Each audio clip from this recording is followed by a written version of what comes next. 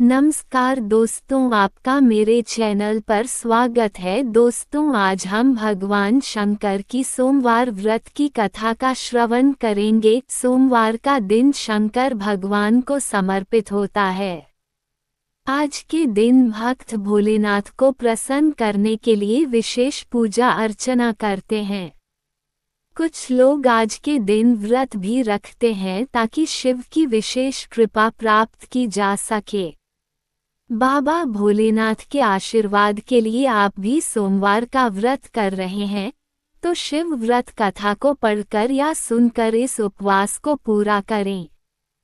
तो चलिए हम जान लेते हैं कि सोमवार व्रत की विधि क्या है। नारद पुराण के अनुसार सोमवार व्रत में व्यक्ति को प्रातः स्नान करके शिव जी को जल और बेल पत्र चढ़ाना चाहिए तथा शिव गौरी की पूजा करनी चाहिए। शिव पूजन के बाद सोमवार व्रत कथा सुननी चाहिए। इसके बाद केवल एक समय ही भोजन करना चाहिए। साधारण रूप से सोमवार का व्रत दिन के तीसरे तक होता है, मतलब शाम तक रखा जाता है। सोमवार व्रत 3 प्रकार का होता है: प्रति सोमवार व्रत, सौम्य प्रदोष व्रत और 16 सोमवार का व्रत। इन सभी व्रतों के लिए एक ही विधि होती है। चलिए दोस्तों, तो अब हम सोमवार की व्रत कथा का श्रवण करते हैं। एक समय की बात है, किसी नगर में एक साहूकार रहता था। उसके घर में धन की कोई कमी नहीं थी, लेकिन उसकी कोई संतान नहीं थी। इस कारण वह बहुत दुखी था। पुत्र प्राप्ति के लिए वह प्रत्येक सोमवार व्रत रखता था और पूरी श्रद्धा के साथ शिव मंदिर जाकर भगवान शिव और पार्वती जी की पूजा करता था। उसकी भक्ति देखकर एक दिन मां पार्वती प्रसन्न हो गईं और भगवान शिव से उस साहूकार की मनोकामना पूर्ण करने का आग्रह किया। पार्वती जी की इच्छा सुनकर भगवान शिव ने कहा कि हे पार्वती, इस संसार में हर प्राणी को उसके कर्मों का फल मिलता है और जिसके भाग्य में जो हो उसे भोगना ही पड़ता है। लेकिन पार्वती जी ने साहूकार की भक्ति का मान रखने के लिए उसकी मनोकामना पूर्ण करने की इच्छा जताई।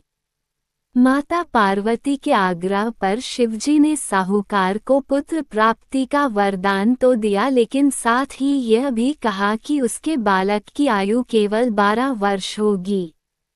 माता पार्वती और भगवान शिव की बातचीत को साहूकार सुन रहा था। उसे ना तो इस बात की खुशी थी और ना ही दुख। वह पहले की भांति शिवजी की पूजा करता रहा। दोस्तों, सच्ची भक्ति वही होती है जो कि निस्वार्थ मन से की जाती है। कुछ समय के बाद साहूकार के घर एक पुत्र का जन्म हुआ। जब वह बालक 11 वर्ष का हुआ तो उसे पढ़ने के लिए काशी भेज दिया गया। साहूकार ने पुत्र के मामा को बुलाकर उसे बहुत सारा धन दिया और कहा कि तुम इस बालक को काशी विद्या प्राप्ति के लिए ले जाओ और मार्ग में यज्ञ कराना। जहाँ भी यज्ञ कराओ वहाँ ब्राह्मणों को भोजन कराते और दक्षिणा देते हुए जाना। दोनों मामा भांजे इसी तरह यज्ञ कराते और ब्राह्मणों को दान दक्षिणा देते काशी की ओर चल पड़े। रात में एक नगर पड़ा जहां नगर के राजा की कन्या का विवाह था, लेकिन जिस राजकुमार से उसका विवाह होने वाला था वह एक आंख से काना था।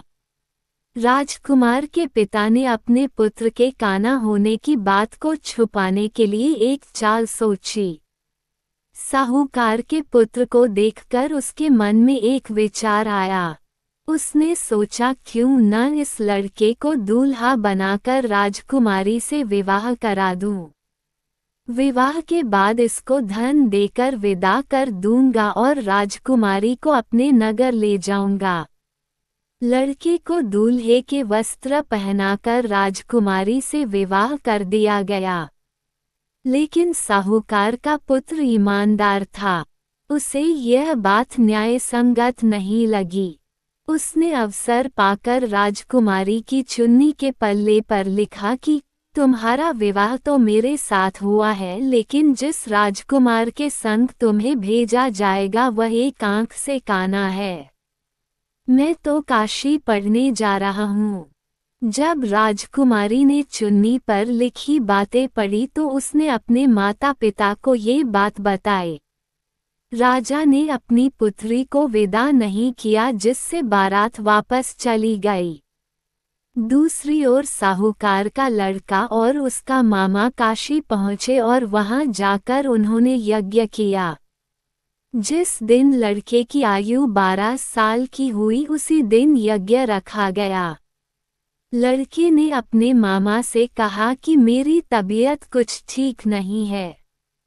मामा ने कहा कि तुम अंदर जाकर सो जाओ।